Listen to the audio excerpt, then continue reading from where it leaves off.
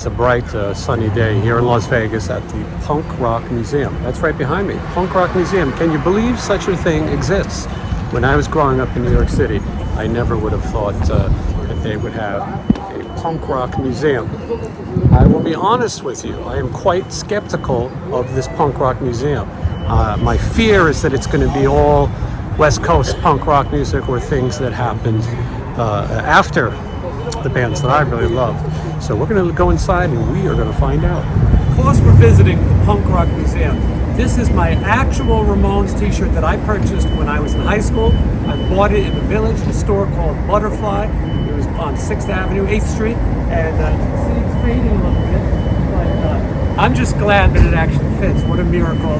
And I wanted to make sure that I represented in case the Punk Rock Museum did not cover the things I wanted to represent.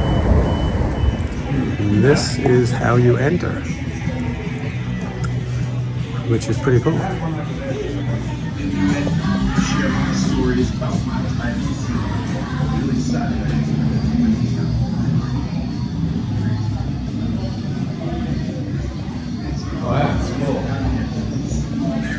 Punk Rock Museum. This is the first room. I didn't know what to expect from all this punk rock.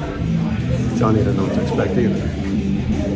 Johnny, what do you think of all the punk rock? I think this place is really good. It's great. I mean, we're only in the first room. It's done really well. It's really pro. So far, it looks cool. All right. The Ramones thing.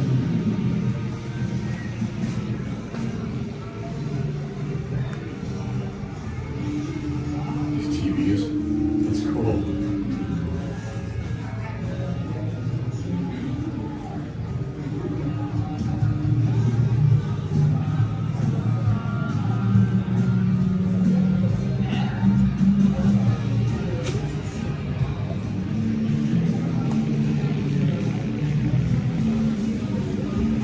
That's the jacket, man.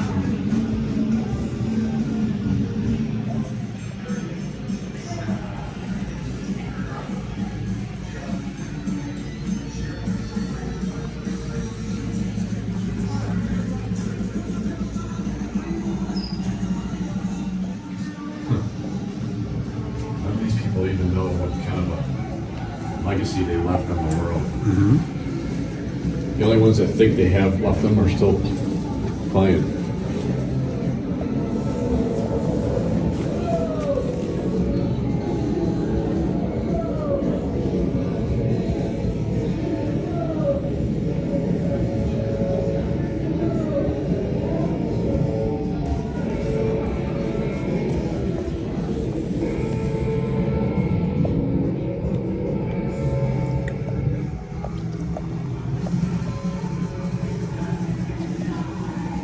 Tell you, I was hesitant to believe that a punk rock museum could actually be cool, and I wasn't sure they'd have that many things that I liked. But there's all kinds of cool stuff. Joan Jett's vegan leather jacket, very cool, and sneakers as well. And then a lot of Ramones stuff, original banners made by Arturo Vega, and then very cool, the Thunder stuff. Maybe the coolest stuff here, jacket worn on the back of the first Dolls cover. Guitar, saddlebags, and all kinds of stuff down here. His personal cassette tapes, his picture from meeting Santa Claus as a child, pretty cool. Other family photos, jewelry, his childhood crucifix. And again, we're just in the first room. This is really, we just walked in and already very cool stuff, and definitely the older punk, the stuff that I would like. And so Ramones, Thunders, Misfits, right away. Pretty cool.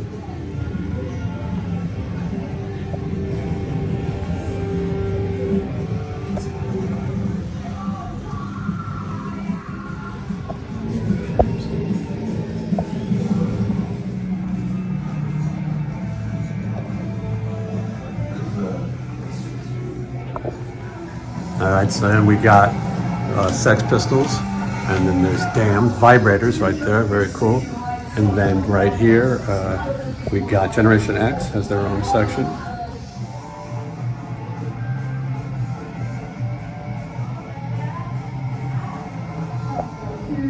All right behind us, Generation X, and Sex Pistols. Got some English stuff, vibrators, a lot of cool stuff. And this is only the second section.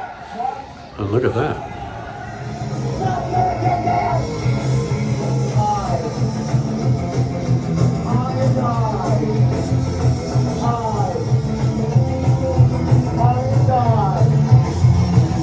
Johnny and I are checking out the Punk Rock Museum. We have our own private. You think this song could get us demonetized? I don't know what this is. I think we're okay.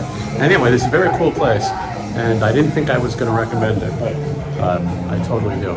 You see it, very cool. You spend a lot of time in here reading all the little things, like Johnny is. Tracks. Look at that.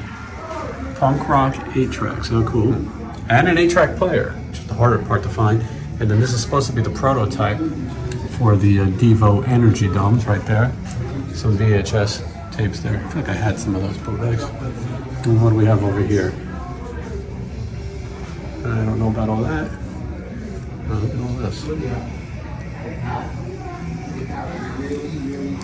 Johnny Monaco checking out the media.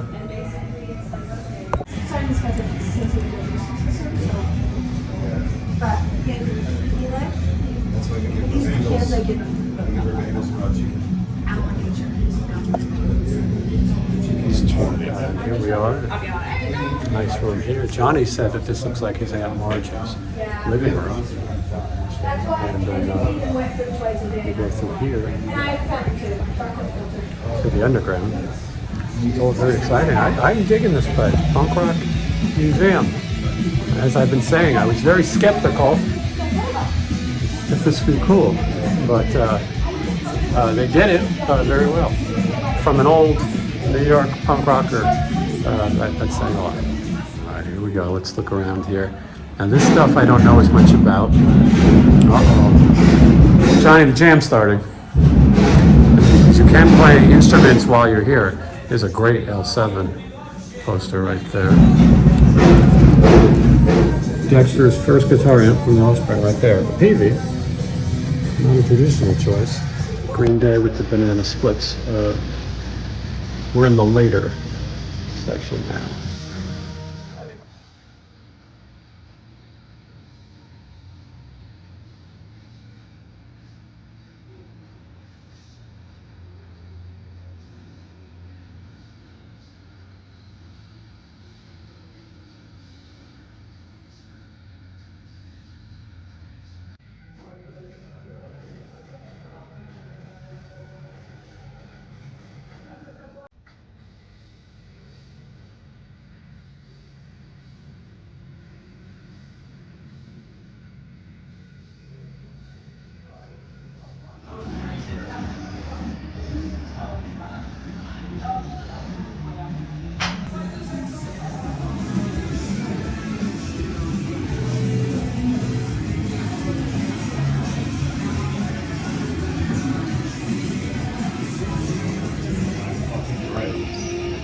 Yeah. So they come in here and they jam? I think this is just a replica for looking It's at. all ready to go. It's really nostalgic. It's cool.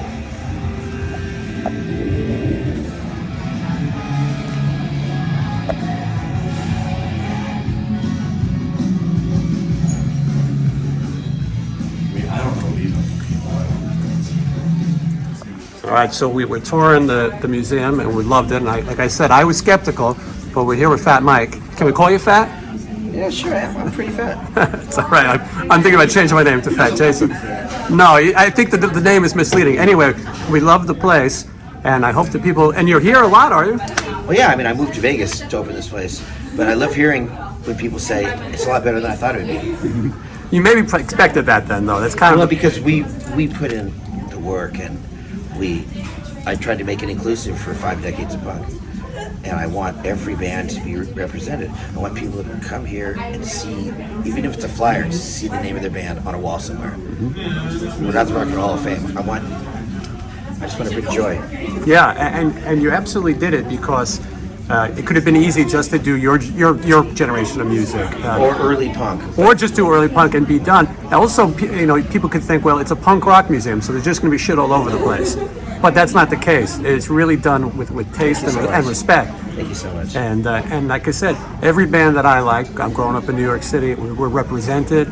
And the thing about punk that I love so much is that there's so many different bands that you can discover just walking through here and go, well, I knew this name, or I know this band, but I go and listen to it again, it's probably better than a lot of music out there. Well, I'm not going to say all these bands are good, but Right. But all these bands are there, and they should be memorialized in a museum. Yeah, absolutely. Well, thank you so much, and we really Thank you. Have a good appreciate time. it. Yeah, thank you.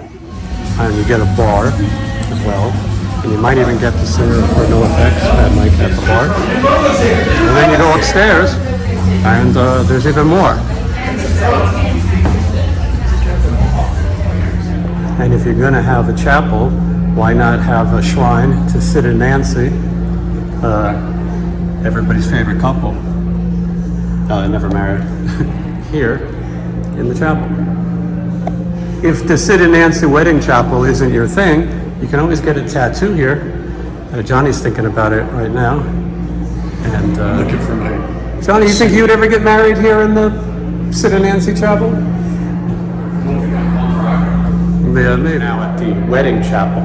As you can see, you can get married here. And after the wedding, you can go over there and get tattoos. Johnny's texting right now, trying to set up a reservation. And then there's Sid and Nancy, because when you think of weddings, you think of Sid and Nancy. Stuff everywhere you look. It's Fat Mike. Yeah, it's sort of the same. Yeah. Badass. A 5150 in a punk room? Say it isn't so. Say it isn't so. Sounds really good. Those cabinets are great. That 900 with the 212 on it. That right there. Wasted youth, and you can play the guy's guitar. I mean, if you're here. Yeah. Johnny, look at that. Playing the Pennywise guitar. Is that a 7-string? No, I hope that not. would not be very punk rock. No. But you could probably kill somebody with this. Well, show me some of the stuff, Ruckus. So what are we looking at? We got a TSOL amp, we got my amp, we got Fat Mike's bass, we got one of the Pennywise amps, we got Pete from the Attics. Okay. I believe that might be Mike's, we're not sure yet, we're figuring that out right now. Tim from Rancid. Nice.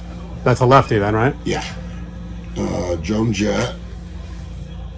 Fat Mike's cabinet with, we're figuring out who's head right now. Mm-hmm. The entire Wasted Youth setup. Yeah, He's that's got great. the Me First in the Gimme Gimme's guitar. He's right a big there. fan. Yeah, he thought it was Prince, but And then that's Fletcher's whole setup. That's the Brohem amp right there. That's the one they used for that album. And Nice. his guitar. And then Rob from Strung Out setup. And then from the guy from the Queers. very cool. And then Wesley Willis's keyboard. Wow. Rock and Roll McDonald, man. Johnny, you know Wesley Willis? You have to. He would appreciate it. But all it's probably the only keyboard he had. Yeah? Oh, yeah. Johnny, play it.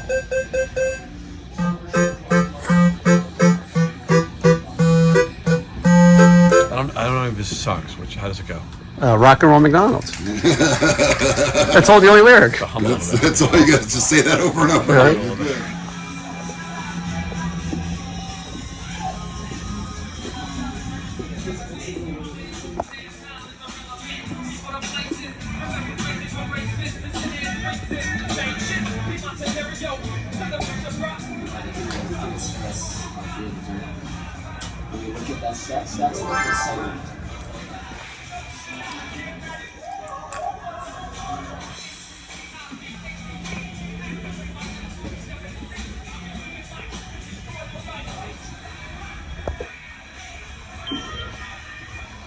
One of the things I enjoy about this place is they leave you alone.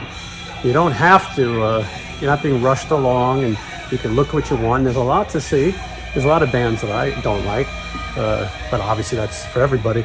But they make the point that they will try to represent every punk band possible. So you look around up here and you can look at all kinds of stuff. There's more modern stuff up here. These are some of the later bands. But and then you have the room where you can go in and play the instruments, and a lot of the guys are here. They were telling me that some of the kids will come in and play a song, and then one of the tour guys just happens to be in that band. Suicidal Tendencies came to mind, and then they can jam. Johnny, how are you liking the Punk Museum? Yeah. If anything, I've just learned that I'm a bit of a pussy. Yeah, well, I mean, it happens. It's really cool though. Johnny's feeling the punk spirit, as am I. Johnny, we should do something punk rock. What do you think? I'm thinking I'm probably just not going to take my cholesterol medicine tonight. Yeah, that's pretty hardcore. Show that, doctor. Yeah, you heard it here first. Johnny's gonna rage against the machine. No cholesterol medicine. Now we're here with Lisa. Lisa is one of the co-founders with Fat Mike. And tell us a little bit about the place. Well, this is a labor of love. A couple of years ago, I get my years wrong all the time. Mike and I, at the end of the pandemic, Mike was talking about opening up a store in Las Vegas, a punk store in Las Vegas, and all that time I've been talking to tons of people everybody's been going through their storage, going through all of their own personal effects and going, I've been in a band for 30 years. I'm going to give Bouncing Souls as an example. Bouncing Souls, we've been going through all of our storage and we have so much stuff and we're going to make a book out of it and talking to Descendants, so many different bands that we worked with for years and realized everybody has so much stuff and it's just gathering dust in their basements, right? So why don't we bring it all together and put it in a place and call it the Church of Punk Rock, where you can celebrate that stuff that's in your storage. Yeah. Well, and we all said, as walking through, that there's respect to the stuff. It's not like, well, it's a punk, so just throw it around. Everything's really lovingly placed, and everything seems to be represented. I'm from New York City. Me too. All right, Yeah, nice. I live in New York City. I used to live with Arturo Vega and Ramon's Loft. Oh, yeah. So this is my high school shirt. Thank God it still fits. I bought it at a place called Butterfly on St. Mark's, right across from, no, not St. Mark's, 6th Avenue, across from Revolver Records. Yeah. That's where I worked when I was in high school. And anyway, and so I loved Dolls, Dead Boys, Ramones, Heartbreakers, that type of stuff, and some West Coast as well. But I was scared I was going to come here and this is going to be, the NoFX Museum and just the Bad Religion, Bad Religion wing, and that's it. But it's great because everyone is represented. There's something for every age too. Yeah.